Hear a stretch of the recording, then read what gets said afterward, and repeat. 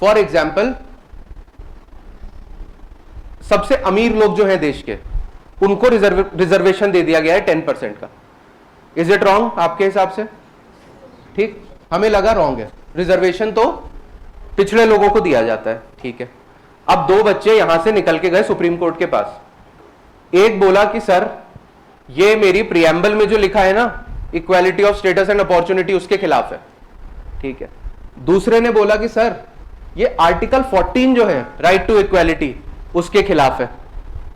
तो अब supreme court पता है क्या बोलेगा ये प्रियम्बल वाले को, कि तुम यहां से निकल लो, तुम प्रियम्बल को कोट कर नहीं सकते। Preamble is not a restriction on parliaments powers. Preamble बस एक प्रीफेस है, एक ब्रॉड आइडिया है कि ये होगा, पर प्रियम्बल से अगर कुछ उल्टा हो रहा है उसको लेके आप कोर्ट नहीं जाओगे। आप एग्जैक्टली बाकी कॉन्स्टिट्यूशन देखो, एग्जैक्ट आर्टिकल बताना पड़ेगा कि इसका उल्लंघन है। प्रियम्बल के हिसाब से है या नहीं, दैट डज नॉट मैटर। इसीलिए हमने पहली लाइन क्या लिखी है? It's neither a source of power for the parliament nor a prohibition on it's power. वो जो चाहे कर सकती है, अगर वो बाकी कॉन्स्टिट्यूशन से अलाइन होता है तो ठीक है। प्रियम्बल से अलाइन होगा या नहीं वो कोर्ट में मैटर नहीं करता, ठीक। इसीलिए the next statement we have written it is non justiciable in nature. आप कोर्ट में ये नहीं बोल के जा सकते कि प्रियम्बल के खिलाफ हो रहा है इसलिए, इक्वालिटी खराब हो रही है इसलिए। इक्वालिटी के प्रोविजंस कॉन्स्टिट्यूशन के अंदर डिटेल में है, वहां बताओ। यहां तो एक ब्रॉड आइडिया है, बस उस ब्रॉड आइडिया पे नहीं कर सकते। फॉर एग्जाम्पल यहां पर लिखा है equality of status and opportunity, बस। एंड उसके बाद कॉन्स्टिट्यूशन में आर्टिकल्स भी हैं इक्वालिटी पे बहुत सारे, ठीक। तो status and opportunity is a umbrella term, एक जनरल बात हो गई है, उसके बहुत मतलब निकाले जा सकते हैं। तो आप ये नहीं बोल सकते कि यहां स्टेटस नहीं है, अपॉर्चुनिटी नहीं। आप अंदर जाओ, आर्टिकल 14, आर्टिकल 15, 16, 17, 18, ये सारे इक्वालिटी की बात करते हैं। आपको इधर बताना पड़ेगा कि सर इसके अगेंस्ट है, इसलिए नहीं करना है, यह अनकॉन्स्टिट्यूशनल है। सुप्रीम कोर्ट आपकी बात जरूर सुनेगा इस बच्चे की, पर यह जो कहेगा कि प्रियम्बल के अगेंस्ट है, नहीं हो सकता है यहां गलत हो यहां सही हो। So preamble is not a source of and a prohibition on legislature power, ठीक। प्रियम्बल का कोई बहुत से नहीं होता। समझ में आती है बात? नेक्स्ट पॉइंट लिखिए। क्या आर्टिकल में मेंशन करें ना इक्वालिटी बोल के 16(4) में equality in all government jobs. Yes yes, preamble में छोड़ो, अभी इसे आर्टिकल में मेंशन करें सर इक्वालिटी, इसको बात कर सकते हैं। हाँ इसको कर सकते हैं, यही कह रहा हूं कि आर्टिकल लेके जाना है। जैसे यू कोटेड आर्टिकल 16(4), आप सुप्रीम कोर्ट को बोलो कि this is 16(4) and this provision is against, वो बिल्कुल आपकी बात सुनेगा, यू आर जस्टिफाइड। बट आप ये नहीं कह सकते प्रियम्बल, एग्जैक्ट आर्टिकल लेकर जाना है। ये बात समझ आती है? Any doubts here, any more? No? Next heading you write amendability of the preamble.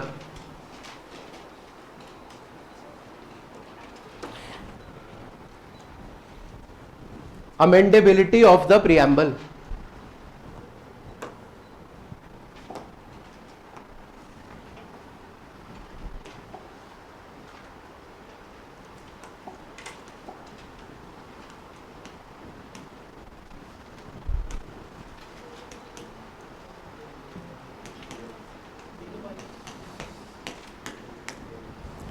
देखो अब कॉन्स्टिट्यूशन बन चुका है, 1950 में इनैक्ट हो गया है। अभी तक हमें नहीं पता कि preamble is a part of the constitution और नॉट अ पार्ट, ठीक। तो अगर आप एक टाइमलाइन बनाओगे तो 1950 टू 1960 डोंट नो, नहीं पता that preamble is a part of the constitution या नहीं, एक डिबेट चल रही है। अच्छा पार्ट है या नहीं, व्हाई इज इट इंपॉर्टेंट? क्योंकि अगर कॉन्स्टिट्यूशन का पार्ट है तो अमेंड हो सकता है, पार्ट नहीं है तो अमेंड नहीं हो सकता। इसलिए डिबेट चलती थी कि can we amend the preamble, and amend can only happen in the case if it is a part of the constitution. ऐसा तो नहीं है वो अलग है और कॉन्स्टिट्यूशन अलग है। अब जिन्होंने कॉन्स्टिट्यूशन बनाया, कॉन्स्टिट्यूएंट असेंबली तो हो गई डिसॉल्व, अंबेडकर जी का देहांत हो गया, एवरीबॉडी लाइक वेंट अवे, सो अब क्या है, अब हमें समझना है क्या होगा. सो 1960 में एक केस आता है which is called the Berubari union case. Case क्या है वो डिटेल में we will see when we are reading basic structure. But इस केस में केस किसी और बात पे था, बट डिस्कशन आ गया प्रीएम्बल पे. ठीक, what happens in a court case, अगर एक पॉइंट दूसरा है लेकिन उससे चार चीजें जुड़ी हुई भी हैं तो सुप्रीम कोर्ट सब पे अपना फैसला बताता है. ठीक, सो अब बात आ गई प्रीएम्बल पे कि whether preamble is a part और it is not a part.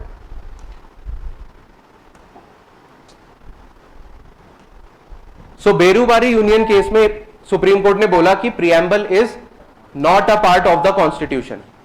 ठीक, not a part. Not a part का मतलब it can not be amended. आप अमेंड नहीं कर सकते क्योंकि अमेंड करने की पावर, कॉन्स्टिट्यूशन अमेंड करिए आप, प्रीएम्बल तो पार्टी नहीं है तो प्रीएम्बल अमेंड नहीं होगी.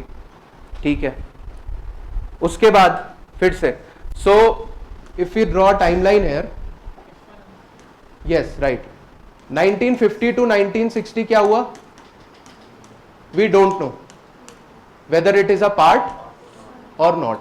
फिर 1960 से 1973 तक क्या बोला था यहां पर, not a part and therefore can not be amended. फिर 1973 में एक बहुत शानदार केस आता है इंडिया की हिस्ट्री का, केशवानंद भारती केस. इस केस से बहुत सारी चीजें निकलेंगी. ठीक, this is a milestone case, Kesavananda Bharati case. अब इसमें आती है बात, अब सुप्रीम कोर्ट यहां पर क्या कहता है कि हमसे एक गलती हो गई थी. यहां कॉन्स्टिट्यूएंट असेंबली ने एक एग्जीक्यूटिव रेजोल्यूशन पास करा था जिसमें उन्होंने बोला था कि प्रीएम्बल इज अ पार्ट. जब हम ये केस दे रहे थे इस पे फैसला, तब हम वो नहीं देख पाए थे, बट आज हम अपनी गलती को करेक्ट करते हैं and we are declaring that preamble is a part of the constitution. So इस तारीख से preamble started being a part of the constitution. Part of the constitution का मतलब now it can be amended. और फिर एक अमेंडमेंट हुआ भी, कब हुआ, 42nd अमेंडमेंट. क्या ये इससे पहले हो सकता था, नहीं, यही हो सकता था बिकॉज इट वॉज डिक्लेयर्ड कि it was a part of the constitution. ठीक, तो अब ठीक है, पार्ट है, it can be amended now. तो सवाल ये उठा कि आपने इतनी पावर दे दी अगर गवर्नमेंट को, इट कैन अमेंड प्रीएम्बल, कल को वो बोले मैं इक्वालिटी हटा देता हूं, now the government can do, it can amend, justice हटा दूंगा, लिबर्टी हटा दूंगा वर्शिप की सबकी, कैन इट डू इट. तो फिर यहीं पे इन्होंने जवाब दे दिया कि नहीं नहीं नहीं, अमेंड कर लेना थोड़ा बहुत, बट आपको एक चीज हमेशा फॉलो करनी है which is called basic structure of the Indian constitution. अब बेसिक स्ट्रक्चर क्या है, सो फर्स्ट ऑफ ऑल हम इसको लिख लेते हैं शॉर्ट में एंड उसके बाद we are going to discuss basic structure. ये बार बार आता जा रहा है, let us clear it right now. So first of all you have written amendability of the constitution, then write 2-3 things. From 1950 to 1960 there was no clarity.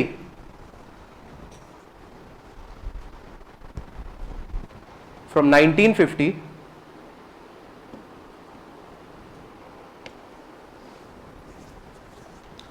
1950 to 1960 there was no clarity whether preamble is a part of the constitution or not. If you want to write it short में तो ऐसे आप एक timeline भी बना सकते हो.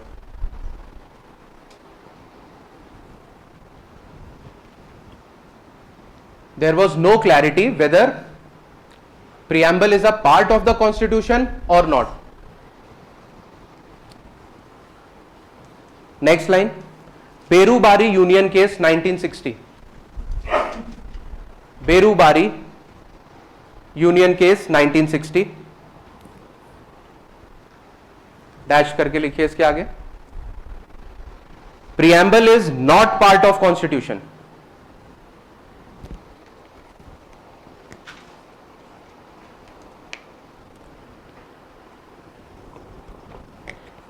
Preamble is not a part of the constitution and cannot be amended.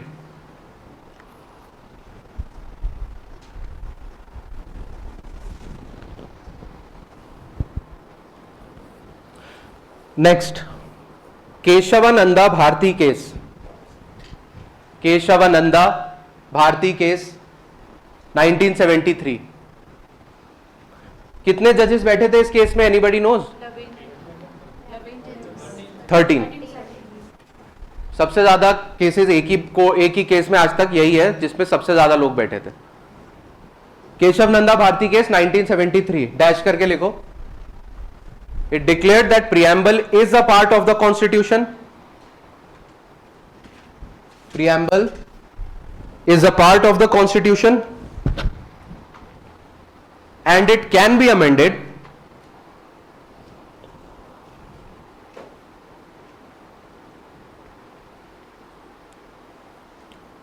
but on the condition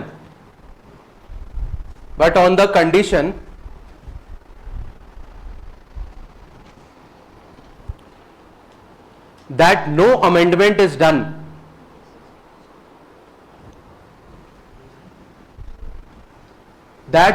amendment is done to the basic structure of Indian Constitution.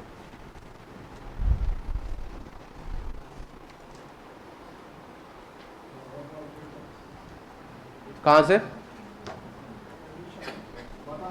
To the condition that no amendment is done to the basic structure of Indian Constitution.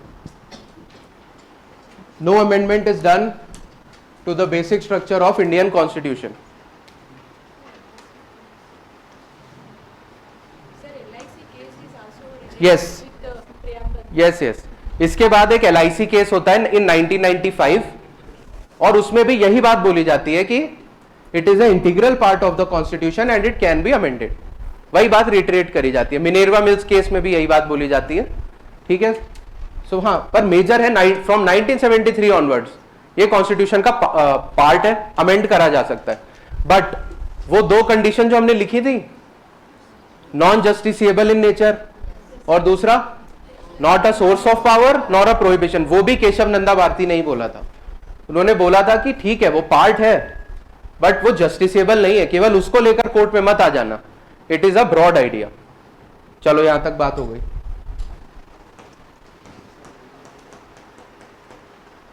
Again, if you want to, yes, reasonable amendment कर सकते हो। yes, yes, reasonable amendment कर सकते। reasonable amendment मतलब ऐसा amendment जिसके पीछे कोई लॉजिक हो, कर सकते हैं।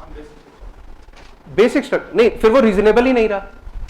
रीजनेबल का मतलब है ऐसा अमेंडमेंट जो कि बेसिक स्ट्रक्चर को नहीं खराब करता। फॉर एग्जाम्पल, जब उन्होंने सेक्युलर वर्ड डाला था, किसने?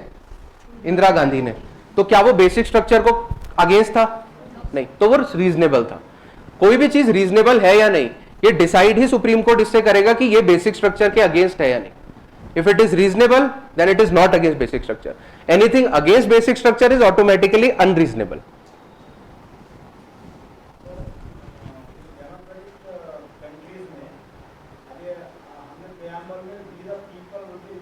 Yes,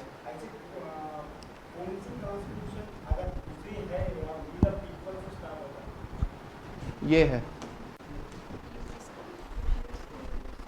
preamble to the US constitution starting with we the people. हमने वहीं से बोरो भी किया है। और भी हैं पर मेजर जो कंट्रीज है वो यूएस है एंड हमने भी वहीं से बोरो किया है। और कौन सी है हमें नहीं जाना, हमें ये याद रखना है हमने कहां से लिया, यूएस से। यूएस की पूरी प्रीएम्बल इज रिटन हियर, ठीक। एंड इनसे हमने एक और चीज बोरो करी है, इफ एनीवन कैन टेल। नहीं वो तो है, पर इनमें देखो, इनमें भी सिंगल सेंटेंसेस देयर, ठीक। कोई फुल स्टॉप दिख रहा है?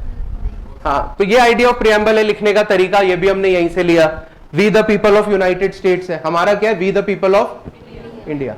सो it is borrowed from here only.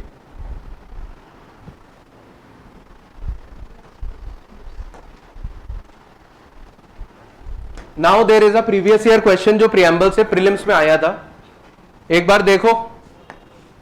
We have discussed it जब हम डिस्कस कर रहे थे, बट अब शायद बेटर समझ आएगा। पहले बता दो, it is a part or not a part? Part. सो दो तीन चीजें काट दें, दो स्टेटमेंट तो एलिमिनेट होंगे। नॉट अ पार्ट वाला तो नहीं है, it is a part, but it has no legal effect, has the same legal effect as any other part, नहीं, क्योंकि हमने कहा ना जस्टिसेबल नहीं है, कोर्ट में लेके नहीं जा सकते। तो इन दोनों ऑप्शंस में कंफ्यूजन था, it has no legal effect या it has no legal effect independently of the other parts. ठीक, तो इसका आंसर है डी कि लीगल इफेक्ट नहीं है, बट इसको हम बाकी आर्टिकल्स के साथ जोड़ के जब देखेंगे तब हम बताएंगे कि यह बात सही है या गलत।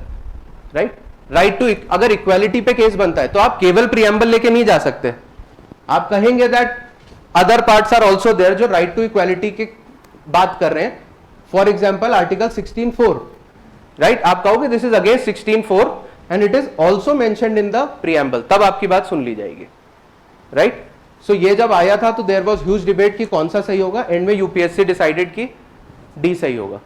मैनी कोचिंग इंस्टीट्यूट्स ने भी बोला था कि ए सही होगा, but the answer was D. Next question please, ये देखिएगा, इस तरह के simple question are asked. Mind of the makers कहां है? प्रियम्बल में, उन्होंने सब बताया है कि ऐसा ऐसा कॉन्स्टिट्यूशन होना चाहिए। The mind of the makers of India is reflected in which of the following? Preamble, fundamental rights, directive principle, duties. Preamble. Next, सब लोग देख लो। हाँ, इसमें से कौन सा objective is not in the preamble? Liberty of thought है, economic liberty है, नहीं, liberty of expression, liberty of belief. So very simply economic liberty नहीं है। ये क्वेश्चन यू हैव रिटन, ठीक है। Next please write the heading basic structure of Indian constitution. अब यहां पे बात आ गई है तो let us discuss here only.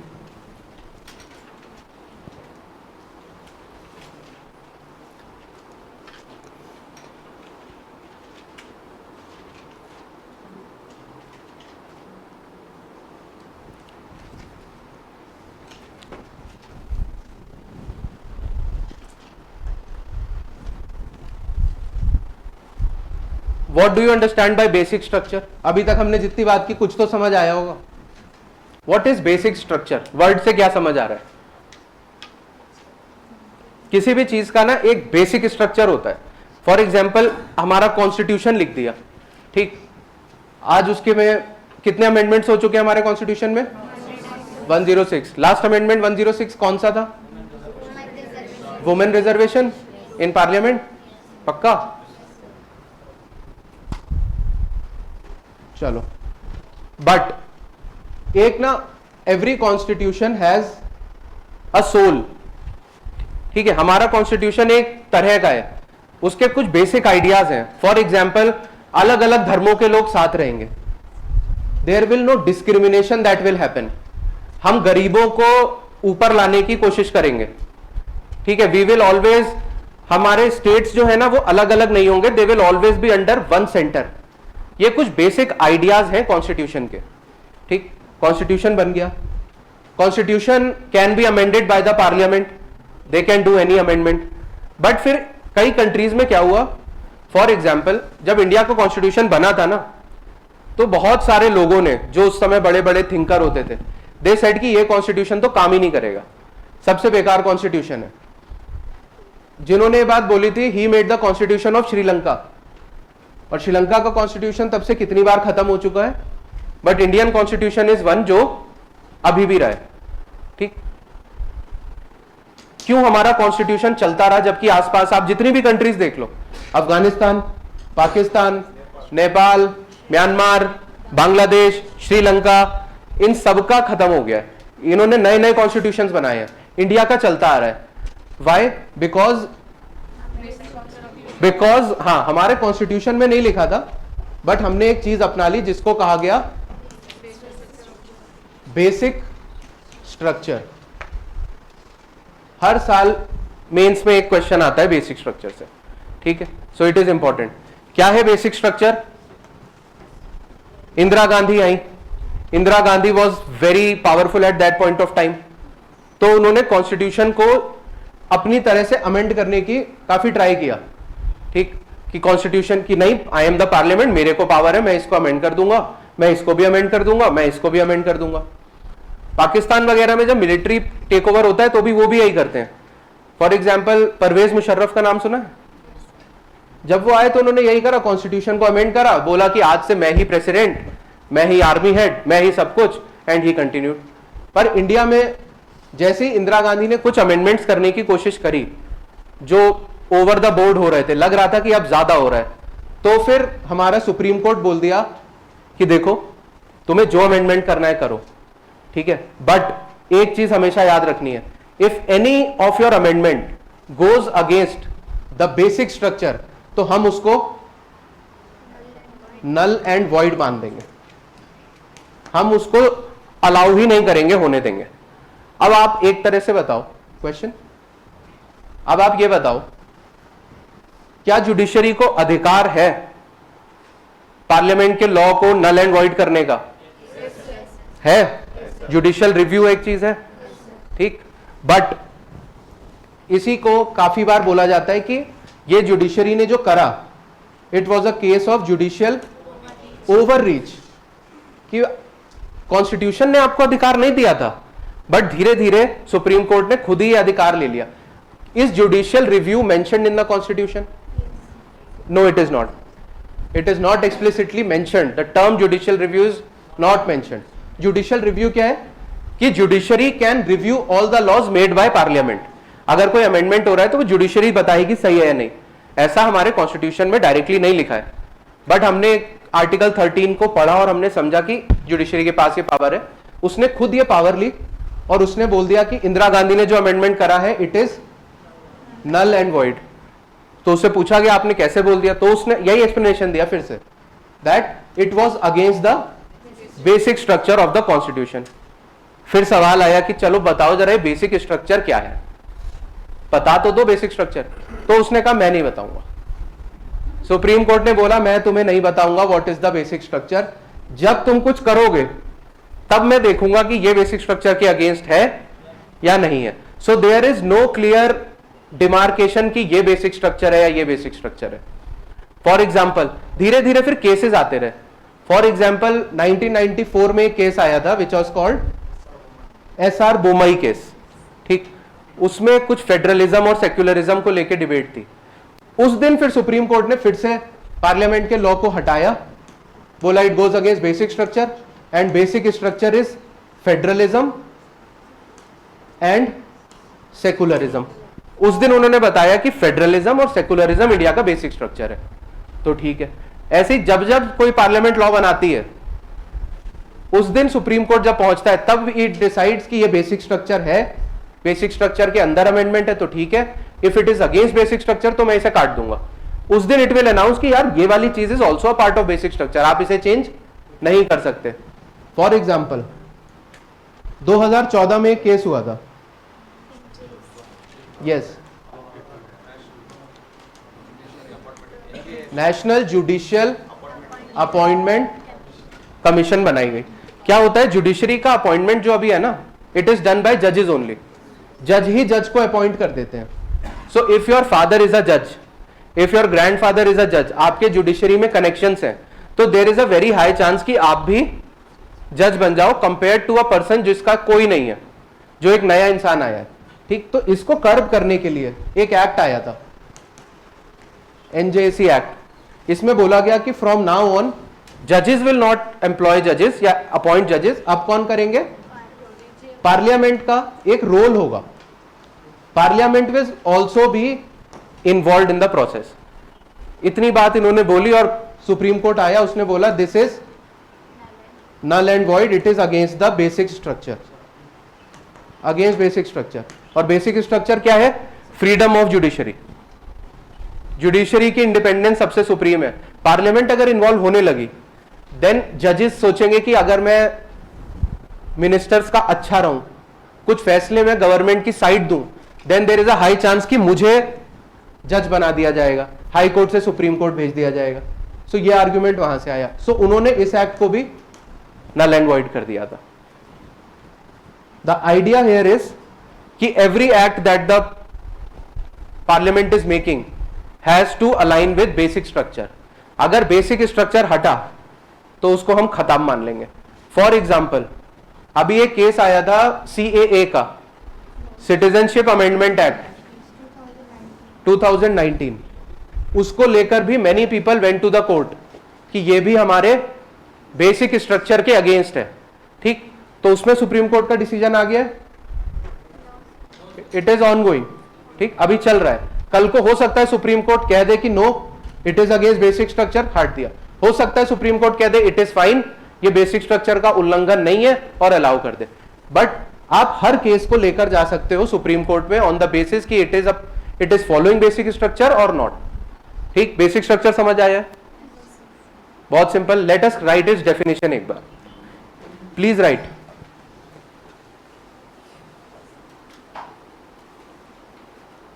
The basic structure doctrine, इसको डॉक्ट्रीन भी कहते हैं। The basic structure doctrine established by the Supreme Court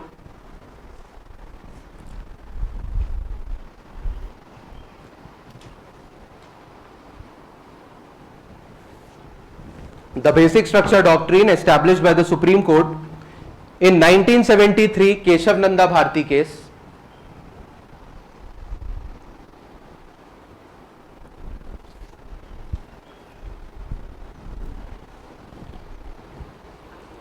in 1973 Keshavananda Bharti case holds that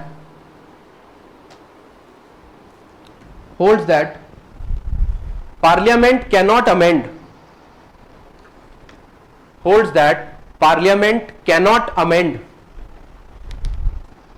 the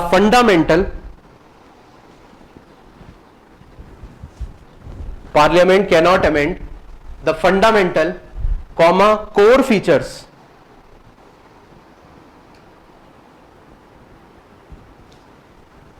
of the Indian Constitution,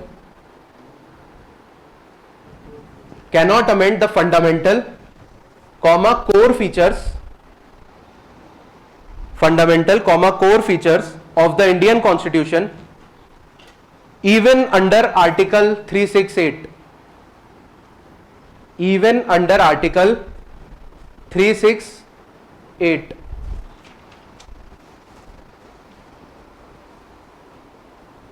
ठीक, this is the definition. Now we will write supreme court judgements के हिसाब से कुछ चीजें उसने बता दी हैं which are basic structure. तो किसी को पता है what are the parts of components of basic structure? Federalism एक है, सेक्युलरिज्म एक है, और इंडिपेंडेंस ऑफ जुडिशरी एक है, democracy, supremacy of constitution, rule of law, welfare state, Republic, nature of Republic. हाँ, तो अब मान लो एक क्वेश्चन आता है बेसिक स्ट्रक्चर पे, कोई भी क्वेश्चन आया है। ठीक, सो सबसे पहले पहली लाइन में तो you will define what is basic structure. और अगर आप थोड़े से अच्छे बच्चे हो, आधा एक नंबर एक्स्ट्रा चाहते हो, then you can very simply draw diagram basic structure and वहां पर छोटा छोटा दिखा देना बेसिक स्ट्रक्चर का part is federalism, secularism, rule of law, independence of judiciary, et cetera et cetera. So you will be able to showcase your knowledge. Basic structure पे तो सब लोग लिख रहे होंगे, पर ये छोटा सा डायग्राम जल्दी भी हो जाएगा, बहुत स्पेस भी नहीं लेगा। So let just write components of some features of basic structure. Features of basic structure: supremacy of the constitution, supremacy of the constitution,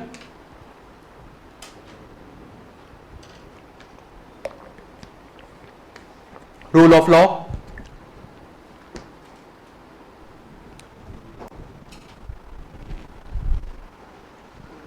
supremacy of constitution, rule of law, judicial review,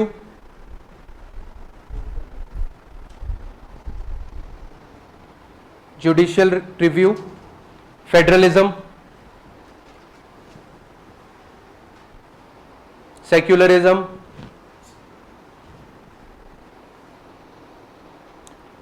independence of judiciary,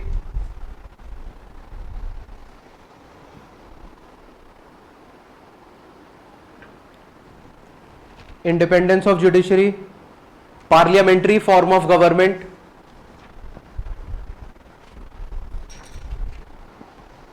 parliamentary form of government,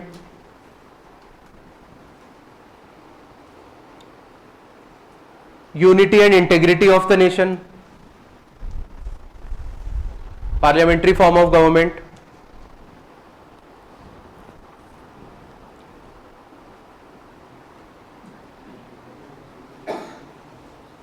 unity and integrity of the nation, and next last लिख लो sovereign, democratic, sovereign, democratic, republican structure.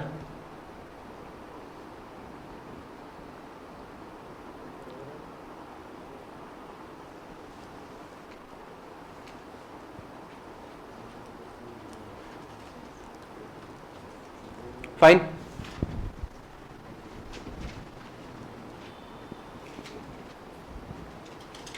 This is the basic structure. इसका constitutional evolution पे भी सवाल आता है, वो हम करेंगे आर्टिकल 13 के साथ. Any doubts with respect to preamble?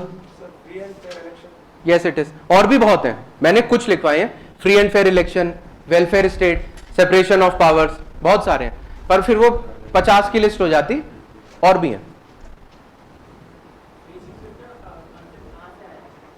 Basic structure का कॉन्सेप्ट कहां से आया? Good question. It is a judicial innovation of India. India German constitution में क्या बात है? बेसिक स्ट्रक्चर की बात है जुडिशियल. इसका एक एग्जांपल मैं आपको दूं. युगांडा ने भी बेसिक स्ट्रक्चर उठा लिया था हमसे, but the idea is German constitution में एग्जैक्टली ये बेसिक स्ट्रक्चर नहीं है. वहां पर डिफाइंड है बेसिक स्ट्रक्चर कि ये 5 बेसिक स्ट्रक्चर है. इंडिया में क्या हुआ? इंडिया में it is a judicial innovation. ठीक है, आसपास के किसी कॉन्स्टिट्यूशन में ये नहीं था. हमने क्या करा? हम वी डिसाइडेड कि बेसिक स्ट्रक्चर सरकार कुछ भी ना बदल पाए, सब कुछ चेंज ना हो जाए, सब कुछ ना चला जाए, इसलिए जुडिशरी ने जर्मन कॉन्स्टिट्यूशन से इंस्पायर हुए और वहां से इसको उठाया, पर उसको बहुत चेंज कर दिया इंडियन कॉन्टेक्स्ट में. अगर आप जर्मनी का देखोगे वो बहुत अलग है, वो डिफाइंड है, उसमें जुडिशरी जब चाहे नहीं कर सकती, पर हमारा उससे काफी अलग है. पर आइडिया आप एकदम चले जाओ तो शायद वहां से आएगा. बट अगर आपसे पूछा जाए या आप मेंस में लिखो, so it is a judicial innovation of India only.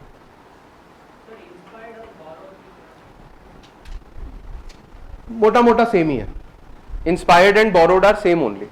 Inspired ऐसा होता है कि बस वहां था तो हम, फॉर एग्जाम्पल, अब एक बात समझो, आइडिया ऑफ डीपीएसपी है क्या? डीपीएसपी किसी कॉन्स्टिट्यूशन में थे, हमने डाल दिए, ये इंस्पायर्ड है. बोरोड है डीपीएसपी, उनके 10 थे, उसमें से 5 हमने एज इट इज ले लिया और 5 ऐड, ये बोरोड है. डीपीएसपी नहीं, डीपीएसपी तो we have brought from Ireland, Irish constitution से किया. जब आप उस चीज को एज इट इज अप्लाई कर देते हो मेजरली, वही मैं कह रहा हूं, कोई ऐसा डिस्टिंक्शन नहीं है. आप बोरोड लिखोगे तो भी ठीक है, आप इंस्पायर्ड लिखोगे तो भी ठीक है. आप देखो, एक होती है मूवीज बनती हैं, तो कुछ मूवीज होती हैं वो एग्जैक्ट कॉपी साउथ इंडियन की हिंदी में बना दी, दैट इज बोरोड, वो सेंस है. इंस्पायर्ड का मतलब कुछ ऐसा उस स्टोरी में हुआ था, उससे इंस्पायर होकर हमने चेंजेस करने के साथ वो चीज बनाई, that is inspired.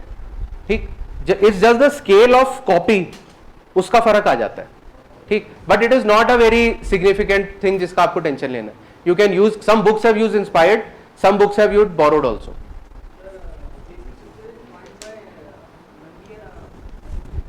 Sorry please, किसने किसने? इंडियन है, नाम से पता चल जाएगा इंडियन है नहीं. But these are not the points जिन पे हमें जाना है कि किसने कॉइन किया. It is not important. Keshav Nanda Bharati case in India, हाँ वही कॉन्स्टिट्यूशनल इवोल्यूशन की बात होगी. व्हेन वी स्टडी, गोलकनाथ से पहले भी एक केस है, शंकरी प्रसाद केस 1951, वहां से बात शुरू होगी एंड बेसिक स्ट्रक्चर डॉक्ट्रिन आएगी 1973 में. वही मैं कह रहा हूं, constitutional evolution I will teach you with article 13. ठीक, यस यस, बनाया सुप्रीम कोर्ट में था, पर आप अगर बेसिक स्ट्रक्चर का उल्लंघन हो रहा है तो सुप्रीम कोर्ट भी जा सकते हो अंडर आर्टिकल 32, हाई कोर्ट भी जा सकते हो under article 226. Yes yes yes, और फिर उसका अपील हो सकता है। कहां थे? बेसिक स्ट्रक्चर नहीं, प्रियम्बल से कोई क्वेश्चन पूछ रहा था मैं, खत्म। So we can end preamble now. Is preamble a part of the constitution? Yes sir.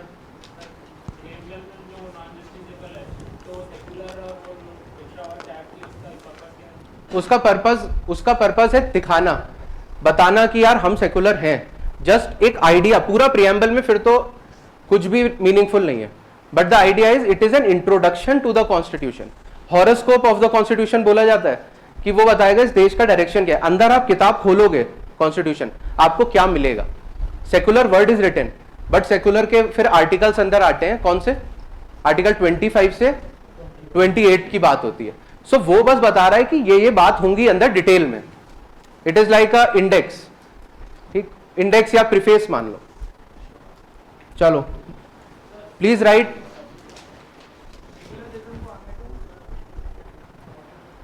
Secularism is basic structure, right. तो फिर हाँ, डिबेट चलता है। डिबेट तो ये चल रहा है कि इंडियन सिस्टम को पार्लियामेंट्री से प्रेसिडेंशियल कर दें।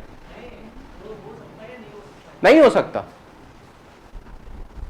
Government can do it, but the supreme court will strike it down on the basis of उल्लंघन ऑफ बेसिक स्ट्रक्चर। ठीक, यस यस, बेसिक आप न्यूज़पेपर्स वगैरह पढ़ोगे तो ये होगा। नहीं कर सकते, वो इंडिया के कॉन्स्टिट्यूशन का सोल है सेक्युलरिज्म, तो उसको नहीं हटा सकते आप। अब भाई आप अमेंडमेंट एक छोटा सा करते हो। फॉर एग्जाम्पल जब ट्रिपल तलाक पे लॉ आया था, उसको भी कोर्ट में ले गए थे कि ये हमारे बेसिक स्ट्रक्चर सेक्युलरिज्म के अगेंस्ट है, पर सरकार तब सुप्रीम कोर्ट ने बोला कि नहीं है, बेसिक स्ट्रक्चर के अगेंस्ट नहीं है, इतना चलता है। सो इट मैटर्स कि किस डिग्री पे चेंज हो रहा है। अगर कल को बोला जाए कि एक पर्टिकुलर सेक्शन से वोटिंग राइट्स ले लिए जाएंगे, तो ये तो खुलेआम उल्लंघन है, इसलिए वो नहीं कर सकते। इसीलिए आप देखोगे इतना टाइम हो गया सारी सरकारों को, किसने कर दिया है? सारी होती हैं बातें for political gains, for vote bank politics. ठीक है, तो वो नहीं हो सकता। आपको यही याद रखना है, कॉन्स्टिट्यूशन में कोई भी अमेंडमेंट होगा वो बेसिक स्ट्रक्चर के अगेंस्ट नहीं जा सकता।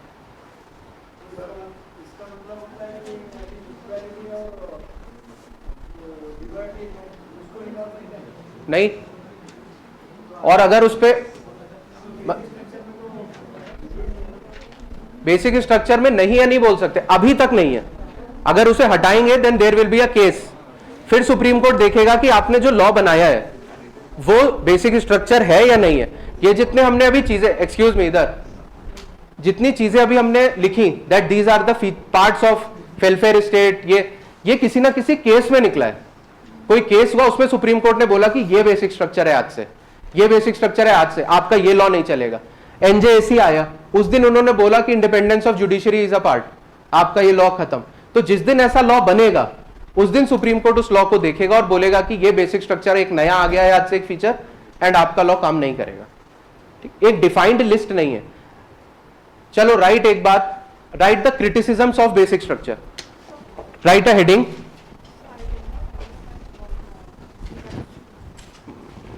प्रियम्बल में जस्ट बेसिक स्ट्रक्चर खत्म करके वील अगेन कम बैक। चलो मेंस में ये सवाल बहुत आता है कि बेसिक स्ट्रक्चर डॉक्ट्रिन इंडिया ने बना दी, ठीक है, अब आपको इसे एनालाइज करना है। एनालाइज में मैं आपसे पूछ रहा हूं, why do you think basic structure is bad? या चलो पहले फायदों पे बात करनी है या क्रिटिसिज्म पे? फायदे इजी है। चलो tell me what are the benefits जो बेसिक स्ट्रक्चर डॉक्ट्रिन से हमें होंगे। बताओ बताओ, ये आप ही लोग सोचोगे, इसमें कोई रॉकेट साइंस नहीं है। फंडामेंटल राइट्स को प्रोटेक्ट फंडामेंटल राइट्स, और यस, इसको एक वर्ड बोलते हैं, प्रिवेंट्स टायरनी ऑफ मेजॉरिटी। आज किसी की सरकार है, उस पर मेजॉरिटी है, तो वो कुछ भी कर दे, कॉन्स्टिट्यूशन बदल दे, नहीं कर सकता। तो it prevents tyranny of majority, prevents authoritarianism. Authoritarianism मतलब कोई एक राजा नहीं बन सकता देश का कि उसी की चलेगी हर चीज में, नहीं, एक सिस्टम है। और yes yes, limits on the power of government को हम एक चीज कहते थे, कॉन्स्टिट्यूशनलिज्म, राइट। तो it upholds constitutionalism. Supremacy of constitution. ठीक है, एक और बेनिफिट हो सकता है, maybe this is the reason why India's constitution has survived for around 80 years now. ठीक है, व्हाट और कोई बेनिफिट इसका? Checks and balances, very good. Parliament की पावर्स पर चेक है, कुछ भी नहीं करोगे आप, एक चेक है, बैलेंस है। टायरेनी ऑफ मेजोरिटी, आज अगर हिंदू मेजोरिटी अगर है सेंटर में तो वो अपनी नहीं चला सकती, पूरा कॉन्स्टिट्यूशन चेंज नहीं कर सकती, एज यू आज सेक्युलरिज्म को खत्म नहीं कर सकती। ठीक, कल को अगर मुस्लिम डोमिनेटेड सरकार बन जाए वो भी नहीं कर सकती, जो भी मेजोरिटी में हो कोई नहीं कर सकता। कौन सबसे ऊपर रहेगा? Constitution of India. So these are the benefits. ठीक है, राइट द बेनिफिट्स, एक बार लिख लो छोटे छोटे में। और पढ़ना बेसिक स्ट्रक्चर पर, बेसिक स्ट्रक्चर बहुत इंपॉर्टेंट है। आस्क क्वेश्चंस, कोई दिक्कत नहीं है, जितने पूछने पूछो, और पढ़ के आओ, पूछ लेना। अभी लिख लो बेनिफिट्स, एक सेकेंड। फर्स्टली पूछ लो, चलो। Firstly, prevents tyranny of majority, prevents tyranny of majority.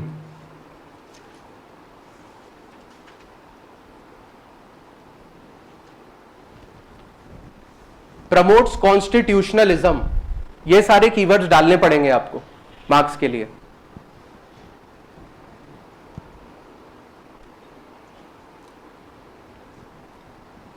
What is constitutionalism? Limitations on the power of government, limited government. ठीक, next is protects constitutional supremacy, protects constitutional supremacy.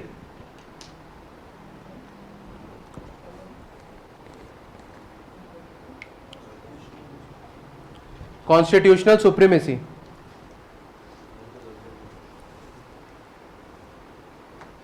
Strengthens judicial review, judiciary की power को enhance करता है। Prevents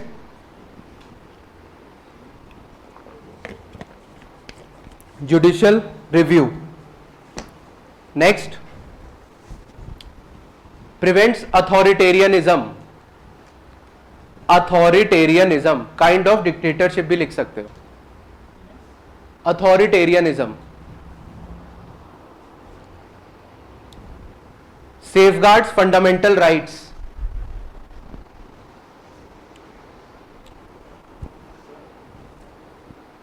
safeguards fundamental rights.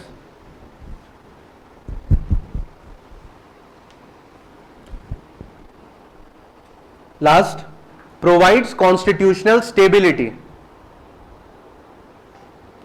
Constitutional stability. ऐसा नहीं होगा कि सरकार बदली कॉन्स्टिट्यूशन बदला, कॉन्स्टिट्यूशन प्रोवाइड्स कॉन्स्टिट्यूशनल स्टेबिलिटी। एक लास्ट पॉइंट लिख लो, often cited as a reason, often cited, CITED, often cited as a reason why Indian Constitution has survived, often cited as a reason why Indian Constitution has survived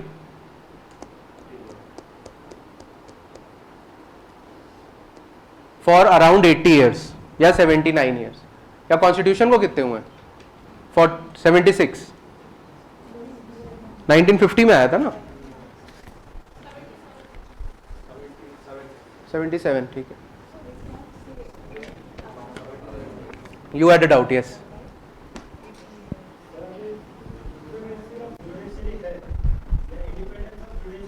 पहले आपने क्या बोला?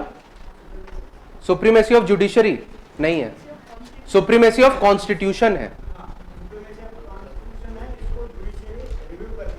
Right right right, because it is the guardian of the constitution, हमने पढ़ा। तो अभी इन्होंने इतने सारे केस देख के तो अभी जुडिशियल रिव्यू, फेडरलिज्म, सेक्युलरिज्म को तो अभी बेसिक स्ट्रक्चर माना है जी। तो अभी बिना केस के ही ये लोग बोल सकते हैं कि लिबर्टी और इक्वालिटी ये सभी बेसिक स्ट्रक्चर है। हाँ, बोल रहे हैं केस आने का वेट है और किसी ना किसी केस में बोल भी देंगे। लाइक द थिंग इज वो नहीं चाहते कि हम एक लिस्ट दे दें। जिस दिन उन्होंने एक लिस्ट दे दी कि ये 15 चीजें हैं, उस दिन वो 16वीं चीज आ जाएगी नहीं, वो कोई ना कोई नया रूट ढूंढ लेती है गवर्नमेंट।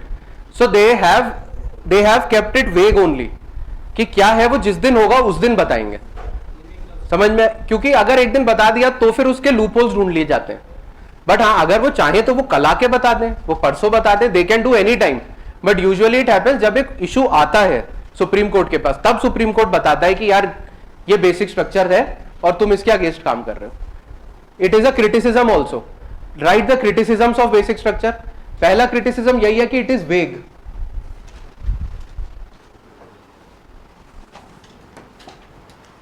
क्रिटिसिजम्स,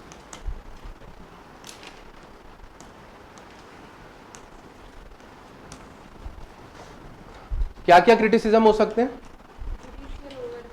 वेग, वेग का मतलब there is no clear list. अब ऐसे तो जुडिशरी का जो मन होगा कल को उसे बोल देगा कि भाई ये बेसिक स्ट्रक्चर है, हटाओ अपना लॉ, ठीक। So this is a criticism कि basic structure is still vague, there is no clear कि फेडरलिज्म है, सेक्युलरिज्म है और ये है, बस नहीं, it is vague. What else can you think of? Judicial overreach, ठीक है, I will explain this. What else? एक second, judicial overreach, yes.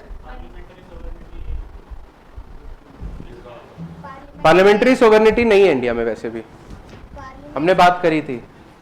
It is a blend of parliamentary sovereignty and judicial supremacy, तो वो नहीं लिखेंगे। मैं बताता हूं, देखो और क्या क्या इश्यूज हैं। हाँ, restrictions on government, yes, restrictions. आप क्या कह रहे थे? अनसर्टेनिटी एंड सब्जेक्टिविटी, वो वेगनेस से ही आती है। अच्छा, अब एक बात बताओ, क्या ऐसा है, क्या basic structure doctrine is mentioned in the constitution? No, it is a judicial innovation. 1973 में जुडिशरी ने बनाया।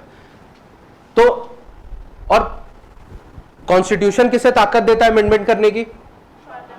पार्लियामेंट को। क्या कॉन्स्टिट्यूशन ने कभी बोला था कि इस चीज के अगेंस्ट नहीं हो सकता, ये बेसिक स्ट्रक्चर है? नहीं। किसने बोला था? जुडिशरी ने। तो are we giving preference to unwritten judicial thing over a written constitution?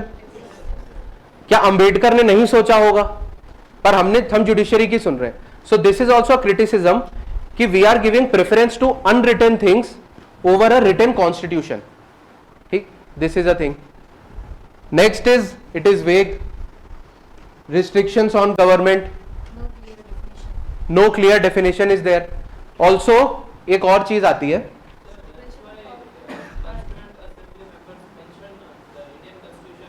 Living document, correct, बहुत अच्छी बात है। आपको पता है इंडियन कॉन्स्टिट्यूशन को कहते हैं it is a living document. Living, कोई भी चीज अगर लिविंग है ना तो उसमें चेंजेस होते रहते हैं, ठीक। सो इंडियन जब कॉन्स्टिट्यूएंट असेंबली कर रही थी तो उसने बोला कि Indian constitution is a living document. आज हम 1950 में बना रहे हैं, 1949 में।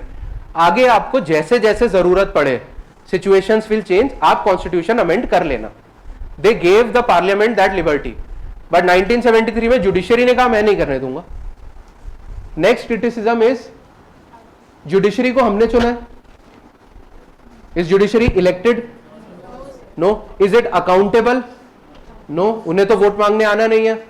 It is not democratically elected, it is not accountable, least accountable body. वो कैसे डिसाइड कर रही है कि पार्लियामेंट की पावर्स क्या है, जिसको हमने इलेक्ट करा है, जिसको देश ने वो पावर दी है कि आप हमारे तरफ से जाके लॉ बनाओ, ठीक। So this is also a matter कि हम judiciary which is totally unelected, undemocratic, unaccountable, उसके पास इतनी ज्यादा पावर क्यों आ रही है? Is it a separation of powers का उल्लंघन? Yes, separation of powers. आप क्यों आके इतना बता रहे हो यार? आप तो जुडिशरी हो, आप अपना जज वज बनो, ठीक है, लॉ बताओ, क्राइम हो तो उस पर बताओ। सो इसी को बोला जाता है जुडिशियल ओवररीच, कि जुडिशरी क्या कर रही है? ओवररीच कर रही है, अब दूसरे लोगों के काम में घुसने लगी है। That is judicial overreach. Next, one more criticism of basic structure comes up. मैंने आपको बताया केशव नंदा भारती में कितने जजेस की बेंच थी? 13 जज बैठे थे, फैसला पता है कितने मार्जिन से आया था? 7 वर्सेस 6। 7 लोगों ने कहा कि बेसिक स्ट्रक्चर होना चाहिए, 6 ने कहा नहीं होना चाहिए। इतने थिन मार्जिन से ऐसी चीज बन गई एक वोट से, जो आज पूरे इंडिया को डिसाइड करती है। ठीक, so this is also a criticism कि इतनी सिंपल मेजोरिटी नहीं for a case so big. शायद 10-5 होता या कुछ ऐसा होता, 10-3 होता, स्पेशल मेजोरिटी होती, तब हम इसको कंसिडर करते। ठीक, समझ आ रहे हैं क्रिटिसिज्म कि जुडिशरी भी ज्यादा कर रही है। तो late us right the criticism से एक बार, उसके बाद वी कैन डिस्कस और इस पे।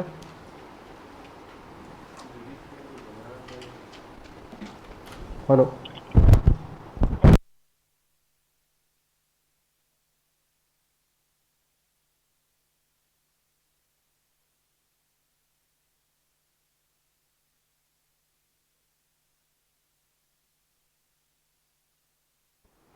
ये मिंत्रा वाले कभी भी आ जाते हैं, अब बोलना पड़ता है यहां रख दो वहां रख दो।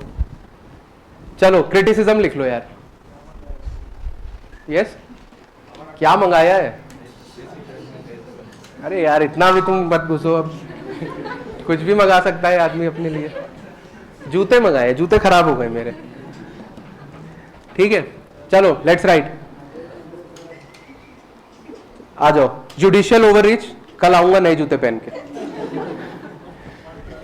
अब पार्टी भी दे दो इस बात की। अरे यार चलो, क्रिटिसिज्म लिखिए। Firstly, judicial overreach. Judicial overreach,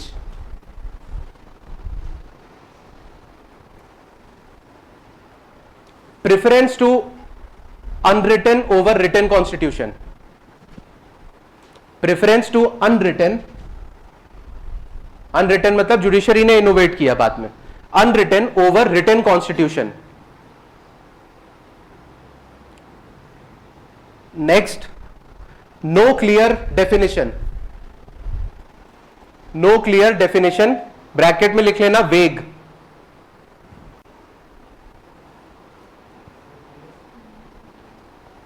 subjective interpretation. Subjective interpretation,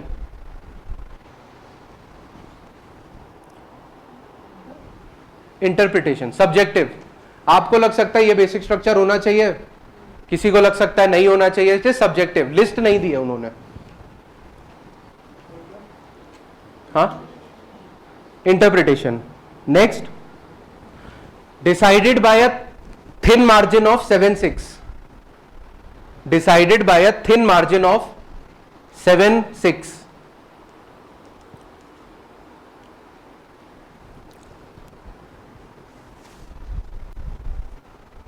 next, power concentration in judiciary. Power concentration in judiciary, power concentration in judiciary. Judiciary में सारी पावर चली गई है। ब्रैकेट में लिखना, which is non democratic and non accountable to citizens. which is non-democratic and non-accountable to citizens.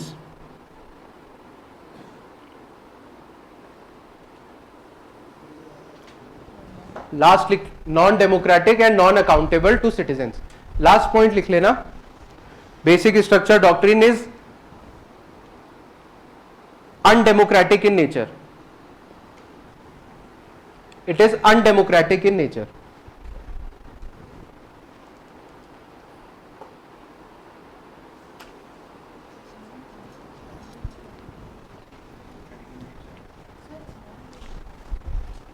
Undemocratic. Yes. यही तो criticism है, यही मैं भी लिख पाया कि जुडिशियल ओवररीच है। पावर कंसंट्रेशन इन जुडिशरी, सारी पावर तो जुडिशरी ने ले ली। इससे अच्छा तो वहां कैसे? वहां तो जज भी ब्रिटिश थे ना, यहाँ जज तो इंडियन है।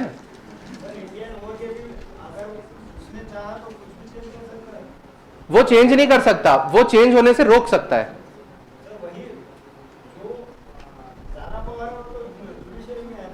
यही तो मैं भी कह रहा हूं, ये क्रिटिसिज्म है। पर हम क्या करें, मोदी जी की भी यही टेंशन है। ब्रिटिश वो नहीं कर रहे थे यार, ब्रिटिश तो एकदम ही अलग लोग थे, वो तो इंडियंस को कुछ नहीं समझ। अब आप देखो, जस्ट बिकॉज जुडिशरी पे ज्यादा पावर है, आप अज्यूम कर रहे हो कि जुडिशरी कुछ अच्छा नहीं होने देगी। कई बार जुडिशरी ने गलत चीजें होने से रोकी हैं। जब हम इंदिरा गांधी पढ़ेंगे क्या करना चाह रही थी, तब जुडिशरी ने उन्हें रोका। एसआर कल को अगर मान लो एक गवर्नमेंट आती है, वो कहती है सेकुलरिज्म हटाओ इस देश से, ठीक है, तो जुडिशरी उसे रोकेगी, तो आप कहोगे ब्रिटिश ज्यादा अच्छे थे या जुडिशरी अच्छी है? जुडिशरी रोकेगी। हाँ, अब वो उसका गलत यूज, तो अगर with great power comes great responsibility also, गलत यूज हो सकता है, और वही हमने क्रिटिसिज्म में भी लिखा है। पर अगर हम ये सारे, मान लो जुडिशरी से पावर हटा दूं मैं, तो ये पावर आ गई पार्लियामेंट के पास, क्या वो मिसयूज नहीं कर सकते? वो भी कर सकते हैं। तो ये तो रिस्क हमेशा ही रहेगा, इसीलिए हम बैलेंस ढूंढ रहे हैं कि कहीं एक बैलेंस मिल जाए। पर हाँ, ये क्रिटिसिज्म है, आपकी चिंता बिल्कुल ठीक है।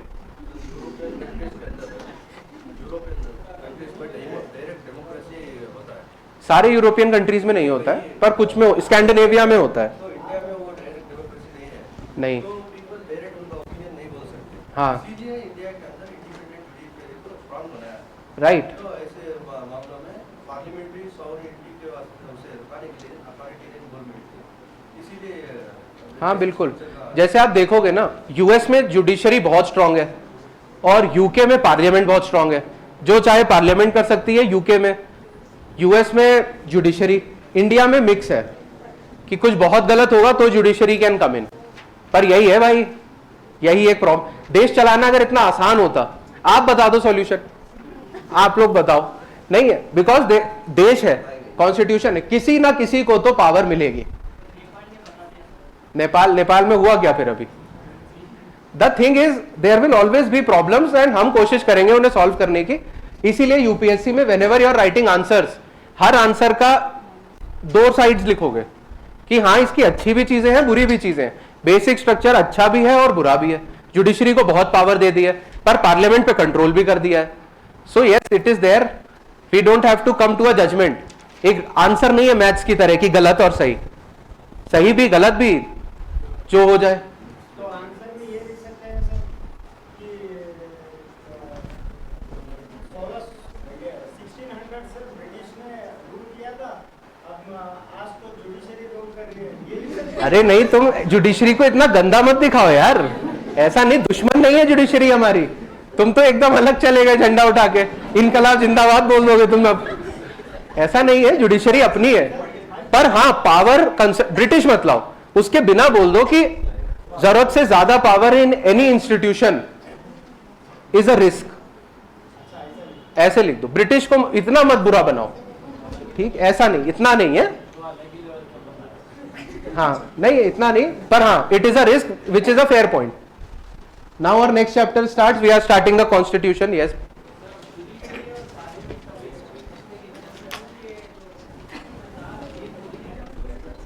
अच्छा,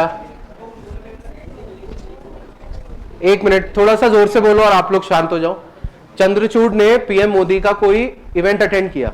मोदी जी ने किया शायद, कोई पूजा में गए थे if I am not wrong. हाँ, तो फिर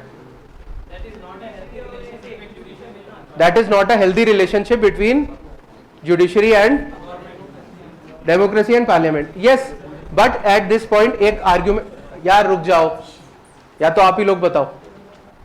देखो, नाउ दे से कि हम we went there in personal capacity, ठीक, he went there as, he went to the prime minister's house as chief justice of India, तो गलत है। But if a normal person like Chandrachud is visiting Modi ji या vice वर्सा, personal capacity में जाना गलत नहीं है। फॉर एग्जाम्पल, आपको क्या लगता है कि कांग्रेस के लीडर्स जेडीएस के लीडर या बीजेपी से कभी दोस्ती नहीं होती होगी, एक दूसरे के घर नहीं जाते हैं? पर हाँ, जब ये बात न्यूज में आती है तो ये दिखता है दैट परसेप्शन की जो लड़ाई है कि जुडिशरी का मेन हेड एग्जीक्यूटिव के मेन हेड के इतना पास है, तो कहीं ऐसा तो नहीं कि ये फैसले एक दूसरे के हिसाब से देते हैं, नहीं देते हैं। ये लोगों में आर्ग्यूमेंट उठा कि नहीं दिखना चाहिए ऐसा, पर अगर आपको नहीं दिखता तो भी पीछे तो ये सब मिलते ही हैं। मतलब सामने करना गलत है। हाँ हाँ, इसीलिए क्रिटिसिज्म हुआ, इसीलिए इतना न्यूज आई एक सेक्शन ऑफ सोसाइटी था, काफी लोग थे इंटेलेक्चुअल जो कह रहे थे कि नहीं करना चाहिए, लोगों को लगेगा दोनों मिले हुए हैं, ठीक। पर दूसरा आर्गुमेंट है किसी से तुम हाथ मिला लो, किसी के साथ तुम पूजा कर लो, तो इसका मतलब ये नहीं है कि कल को मैं सारे फैसले भी तुम्हारे हिसाब से देने लगूंगा। पर्सनल और प्रोफेशनल लाइफ अलग होती है, उनका ये आर्गुमेंट है। दूसरा आर्गुमेंट है कि यार अच्छा नहीं दिखता, दोनों आर्गुमेंट ठीक है। अगेन कोई सही नहीं है, कोई गलत नहीं है। जिस दिन उन्होंने अपनी ऑफिशियल कैपेसिटी में कोई गलत फैसला दिया उस दिन आप क्रिटिसाइज कर सकते हो, वो बिल्कुल जस्टिफाइड है, ठीक है। बट ये हमारी पॉलिटी का पार्ट नहीं है, ये पॉलिटिक्स का पार्ट है गाइस। हाँ, तुम लोग पॉलिटिक्स में चले जाते हो एकदम से कि ये सेक्युलरिज्म कैसे खत्म कर देंगे, कर सकते हैं नहीं, हमें तो बस बेसिक स्ट्रक्चर अलाउ नहीं करेगा, अब उसके बाद ये जो करना चाहे करें। अब आ जाओ प्लेयर, यार देखो प्लीज गाइस, तुम लोगों ने कहा पीपीटी नहीं मैं डिक्टेट करने की कोशिश, पर टाइम के थोड़ी सी पूछ लो डाउट से तो नहीं रोकना चाहिए, पर अच्छा डाउट पूछना। पूछो कोई नहीं यार, टेंशन नहीं, अरे पूछो, नहीं ऐसे नहीं।